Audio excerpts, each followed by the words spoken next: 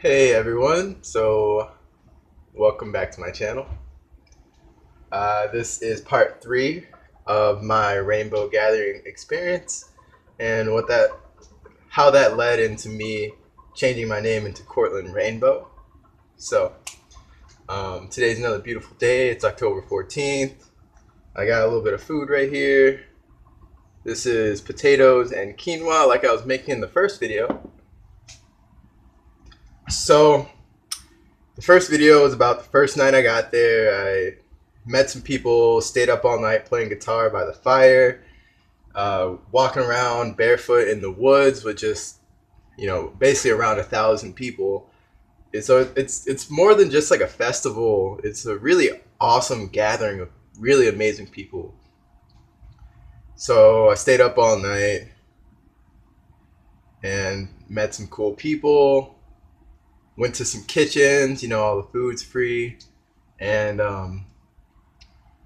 I made the second video about my only full day there, and that was about me helping some people out get some water, taking some mushrooms, walking around, getting free food from all the kitchens, meeting a lot of people, seeing the trade circle for the first time, which is where everyone trades everything, seeing all these beautiful men and women, and just being so happy and free, and pitching my tent, losing my tent because I did not know where I was, um, waking up, listening to some sitar music, and then going back to sleep. So that was my only full day. So then when I woke up, I was like, my dad's probably looking for me. I'm gonna go find him. Oh yeah. So what happens actually? I just remembered is pretty interesting. So I woke up. Let's see. What did I do? I woke up. Had to go to the bathroom. Where do you go to the bathroom in the woods? What they do at the rainbow gatherings is you help dig a big hole, and it's actually a funny thing. A lot of people will say like, I saw this like a video of like the '70s. They'll say, "What are you doing to help out here? Are you like cooking food or bringing water? Are you?" The funny one that they said was, "Are you digging a shitter?" And then they said, "If so, if not, why not?" So everyone's helping each other out. So they call it the shitter. It's a big hole in the ground, and of course, if you didn't know, by all the food stations, they have hand washing stations to do all that stuff. So you have a big hole in the ground with like a piece of plywood over it with a hole in it, and you squat over it, and you're not really by a ton of people, but people can sort of see you, but it's a little bit private.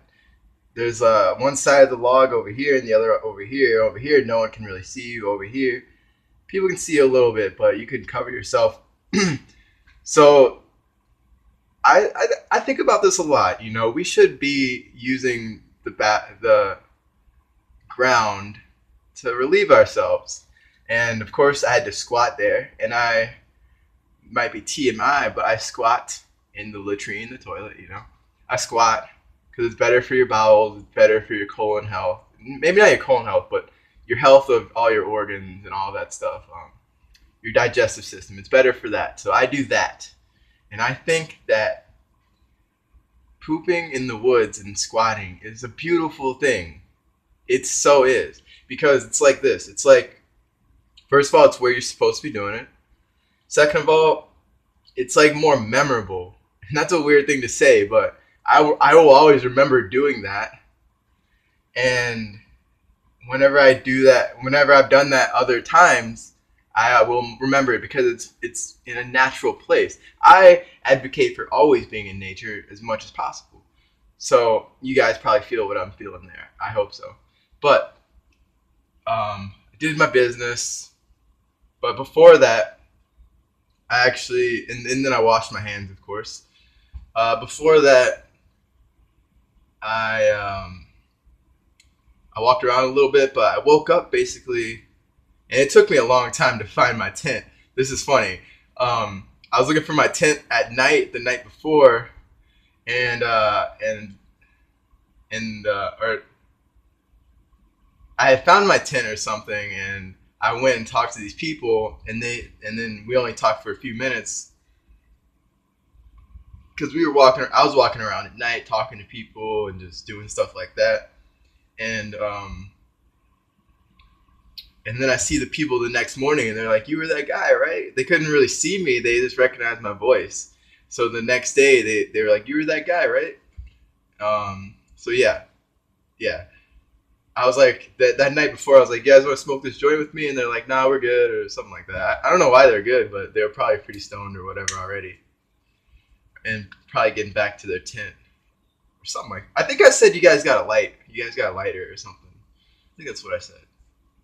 I don't know why they would turn down smoking a joint, but the next day I saw them. I woke up and we smoked a little bit because they had some weed, and they were cool. It was just people fucking next to me, just camped right next to me. And of course, when I said, like, this is my first Rainbow gathering, they said, welcome home. So they were cool. It did take me a lot of time to find my tent the night before, but I found it. So that was funny, really funny to me. But went to the bathroom. Then I went and got some food. I got like an apple from a guy because I don't know. He just asked me if I wanted an apple. He was at a kitchen, and I was just trying to get some food from them, and he gave me an apple, and yeah. So then I walked down to the entrance, which is a mile and a half, about basically. So it's like a 20-minute walk, and I'm walking out there. I leave all my stuff in my tent, and I leave it.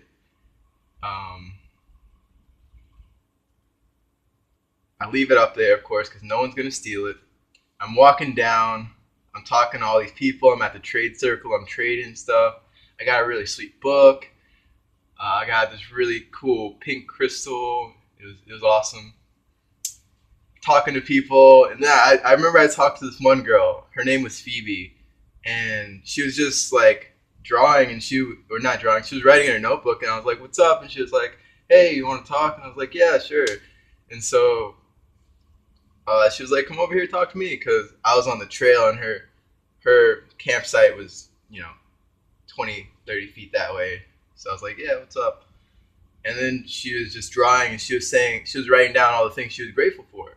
And she was this beautiful girl who had all this paint on her face. It wasn't a ton, but it was like a lot. And I eventually told her, I was like, "I think your paint on your face is really beautiful." She was like, "Thanks." I don't know if she had a boyfriend. I think she did. I think that's who she came with. But it was morning time, so I was talking to her, and she had a banjo, and she was like, "I just got this. I just started playing it." And so I was like, "Cool, that's awesome." We were just talking about life, and I was talking to her about astrology and the 13th sign, actually. So I'm telling her about that, and then I eventually have to leave because I was trying to catch my dad and find him. And so I go all the way out to the entrance where everyone's parked, and I'm looking for my dad. I don't find him, and this is really weird.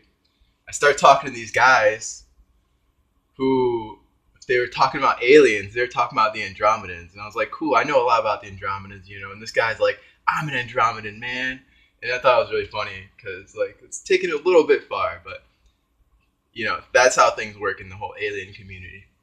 But I was like, they were like really kind of weird guys, so I was getting a weird vibe from them, like no offense to like fat people or ugly people, but I think that going vegan and getting rid of all those animal products and toxins in your skin, you will be super ripped like me. Not to brag or anything, but you'll have clear skin and all that stuff. So it's like, I don't hate people for not being vegan, but I just see how it can improve your life so much, So he was kind of a fatter, him and his friend were like both kind of fat, gross guys. So I was like, "Okay, yeah, you guys like aliens, that's cool, but you should take care of yourself." Okay, so, I mean, like, yeah, like, what alien is gonna want to talk to someone who is like killing animals for food and addicted to meat and cheese and sugar and junk food and all that type of stuff, you know? So that's how I was just basically like, you can be as spiritual as you want, but you gotta take care of your body. I didn't say any of this to them, but I was getting a bad vibe because I was just walking in this one direction, and I started talking to them. So I was like, like a couple minutes after I started talking to them and I'm walking with them, I was like, I'm gonna go take a piss, and then I just walked away from them. And what happened was, because I walked away from them, this lady was driving by, and she was like, "You want to ride to the front?" And I was like, "Yeah, sure." And I got in the back seat, and this guy that was with her, I thought that was her friend, but he was another guy that she was like, "You want to ride to the front?" So we get to the front, and he gets out, and I thought that they were together. But then she was like, "I'm going into town. Do you want to ride?" And I was like, "Yeah, I'll probably see my dad in town, basically." So I was looking for my dad because there's no cell phone reception. So I was like, "Yeah, I'll take a ride." And she ended up being, and this is my first actual time hitchhiking, because I was gonna hitchhike there to Oregon, but I realized that would have been a very unplanned idea, basically. So I get a ride from her into town, and I start talking to her, like getting the real hitchhike experience. Like I was researching how you should hitchhike, and you should talk to people, get on the same level as them, tell them about yourself. Maybe they'll give you some food, some water, and maybe and it'll just make them trust you, and you be able to trust them. So I was doing that, and she ended up being from New Mexico. She brought her kids out there, and she was with like her boyfriend or her husband or something, and so she was going into town to get water and food for them to come back into the Rainbow Gathering. And these are the cool people you meet at Rainbow Gathering. You meet parents, you meet all types of people of all ages. So she was just a regular person from New Mexico, and she was just like, you know what, New Mexico sucks. It really sucks. A lot of drug addicts, and yeah. So it's like you see all these people come from all over. I met people from New York, Michigan, California, New Mexico, all like a ton of places. Probably across the oceans. Native Americans, people from everywhere, man. So a lot of the people were from California though, but I think that was because of how close it was. So I was just talking to her, and I had to sit in the back seat because her front seat, her passenger seat didn't have a seatbelt. So yeah, I had to sit in the back seat. I'm talking to her, and she was like, "Yeah, I'll get you some water, and I'll get you some food." Or I think she definitely said water, because I was getting pretty dehydrated. Even though there was free water everywhere, um, I didn't have any left for some reason. I don't know. I was kind of not making a smart decision there. So she was like, "I gave you some water," and it was a warm day. But I'll tell you one more thing right before that. Right before I was hitchhiking, and before I even met Phoebe, the banjo playing stripper, I found out later she was a stripper. You'll hear about that. I was walking, and this guy was walking towards me, and he had a straw, like a rice hat on, and he had a robe. He was like, "What's up?" I was like, "What's up?" to him, because I was just like talking to everyone, totally out of my shell, just like, "What's up? I'm a cool person. You're a cool person." So then he was like, we started talking about the Merkaba and like energy and healing yourself and all this. And he actually he tells me to put my hand out, and he puts his hand over mine like this, and he puts energy into my body, and I could feel it. It's so subtle of a thing. It's like it doesn't just happen right there. It happens for the rest of your life. So he said his name was the Witness, and he said once he started wearing this robe, his life changed, and he told me how he'd been to Egypt and South America or South Africa and all these places, and that just goes to show you like how much this world has to offer you.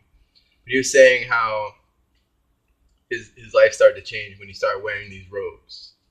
And what that meant to me is like going back to a natural way of living instead of like t-shirts, pants, all that stuff, you know. And so he activated my Merkaba. He had the ability to do this and to do it through my ability to, you know, accept it and be with it, you know, the Merkaba. And it's like we started talking about the Merkaba, and so he, you know, put some energy into my body, and it's something I'll never forget. This was amazing. I hope to see you again, man. I know I will. So basically, um, I'm getting a ride into town from the lady.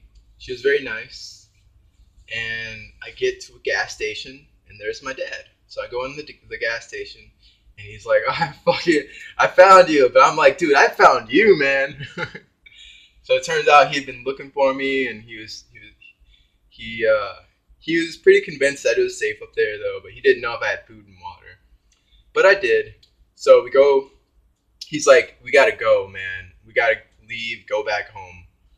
And I was really bummed on that. But I had already gotten my kicks at Rainbow Gathering. I already had fun. But he was like, you know, it's hot out here for me, for himself, and it's expensive, and it's just time to go, I think. So I didn't fight him. I was like, all right, we can go. I had a great time. I took some mushrooms yesterday. I had an amazing time. And so we eventually get going back into the Rainbow Gathering so I can get all my stuff. So he's driving in there, and I'm telling him how great it is and all that. And we get pulled over by a cop, but he just lets us go for some reason. I don't know why they pulled us over, but they just let us go. And the cop was really cool, and he knew that all this good vibes was going on in the Rainbow Gathering, and that it's a good thing. And for the most part, it's mostly good people. Like, there's not too many people bringing in hard drugs, and not too many people fighting, and all not very dangerous. And so, yeah, he was a cool cop, I guess. I don't know. But we get back into there, and he's like, my dad's like, I'm gonna drive you all the way to the top. I'm like, no, Dad, you're gonna fucking embarrass me, okay? But he's like driving in to camp, and there's a part where you can drive in, and then you have to get out of your car because you can't drive all the way to the top. You can't drive past a certain point. And people start telling you that. They're like, don't drive past this point. So I get out of the car, and I'm like, Dad, it's gonna take me 20 minutes to get up there, 20 minutes to disassemble my tent, and then 20 minutes to get back down. You know, so hour and 15. You know,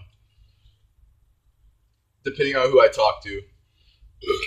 So then I'm walking, and I remember my dad and I were just like, we were driving behind these people, and it was just this mom and this dad and their naked kid. And the kid was like two, basically 2 years old, 3 years old, really young kid.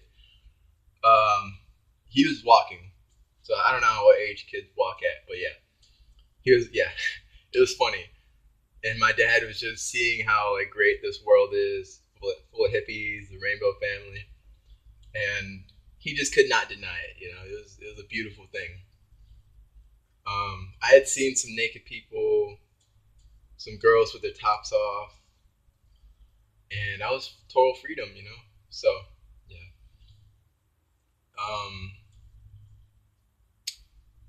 Next, I just started walking back up the hill to get to my tent, and I run into Phoebe again, and she's telling me how like she wants to go like strip for like someone's bachelor party. So she turns out to be like a stripper. I don't know if she does that for a living, but I call her Phoebe, the banjo playing stripper. which was really funny. So I walk back up with her because she's walking back up, and she's like super cute, and yeah. So I give her a hug and I go back up to the top because like I told her I was leaving. She was like sad because tomorrow's the fourth, and the fourth is one of the best days to be here. Even though no one talks apparently, which I thought was going to be interesting. Like all these people just silent. And next year I hope to experience that.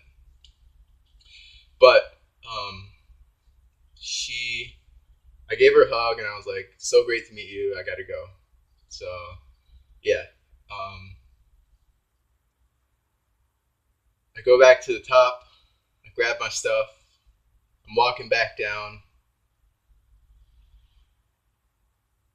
and this girl is just there's these two girls, and they're just like talking to people walking by, and then she says to me, I think she's like reading something too. They were two beautiful women, like two beautiful women. It was amazing, and they were just like, "You deserve all the beautiful things in life, and all the abundance is waiting for you." And I was just like, "Wow." And they were like, "Yeah, that message was for you." And I was just like, "Man, I love this place." And then I was telling them I was leaving, and they're just so sad that I had to leave because it's so much better to be there with the Rainbow family and to not go back into the regular world. So I give them a hug, and I'm just like, "It's nice to meet you. I gotta go." And they were gorgeous. So I'm walking back down, and I get to my dad's car. Actually, I run into this one like really tall guy. And the men there were super beautiful too, man. They were energetically beautiful and handsome too. They were just cool guys, man. He had this shirt with the chakras on it, and he was just like, "Man, you're leaving. That sucks, man. It sucks that you have to leave, man. I bet you had a great time." And he was saying stuff like that, you know. He was just like this tall guy, and he's the one who gave me the apple, I believe. So he was a cool guy, man. So um, I'm walking down. I get to the bottom. The girl who gave me a ride, she had just talked to my dad, and she was just like, "Your dad really cares a lot about you. It's great to meet you," and stuff like that. And I gave her a hug, and then I left with my dad. It was like that. So if you've never been to a rainbow gathering, you have to go. There was one other thing I forgot to mention. I saw this other girl with face paint, and she like turned me down. She was like, I got a dude." I think she said dude. I think she said I got a dude, which she meant she has a boyfriend. And I was just like, "That's cool." And she gave me a hug, and we split ways. And she was just what happened was I was just walking up to back to the top, and she was talking to like two people, and I thought they were all together. And then when those two people started walking down, she and I started walking up, and we run into this guy who is super handsome, like long hair dude, like beard, like tan dude, and he was just saying how important this is in the world, that all this is going on. We were agreeing with him and telling him, you know. And she was just this I think she was bald, this girl with like a long dress, and she was just gorgeous. So I just like made a move on her, and she was like, "I got a boyfriend." And that was the day I was still tripping. So I was fucking tripping, you guys. Yeah. For some reason, that's the type of love I am. I don't even need to know someone. It has its faults, but it has its benefits too. I'll make more videos about that, you know. But whatever. So I leave with my dad, and yeah, I leave. And this is the other not so awesome part. I got sick for 24 hours. A lot of people got sick for 24 hours. And I threw up once, but it was just water. I might have been dehydrated, but there was like a little bug that was going around. So a lot of people got 24-hour sickness. And I got it. 24 hours, it was gone. So kind of sucks, but not the worst. Got my food here. That is the end of my series on why I changed my name. I do remember the one full day I was there when it got nighttime. The stars were super bright. So yeah, please tell me if you're going to Rainbow next year. I hope to see you in it. If I inspired you to go to Rainbow, leave a comment. Tell me, because that would make me really happy, because Rainbow Gathering is amazing. And if I inspired someone to go to it, you're going to have an amazing time. So, thank you for watching. Please subscribe. Like my video if you feel like it, if you liked it. And make videos yourself. And don't be a rainbow.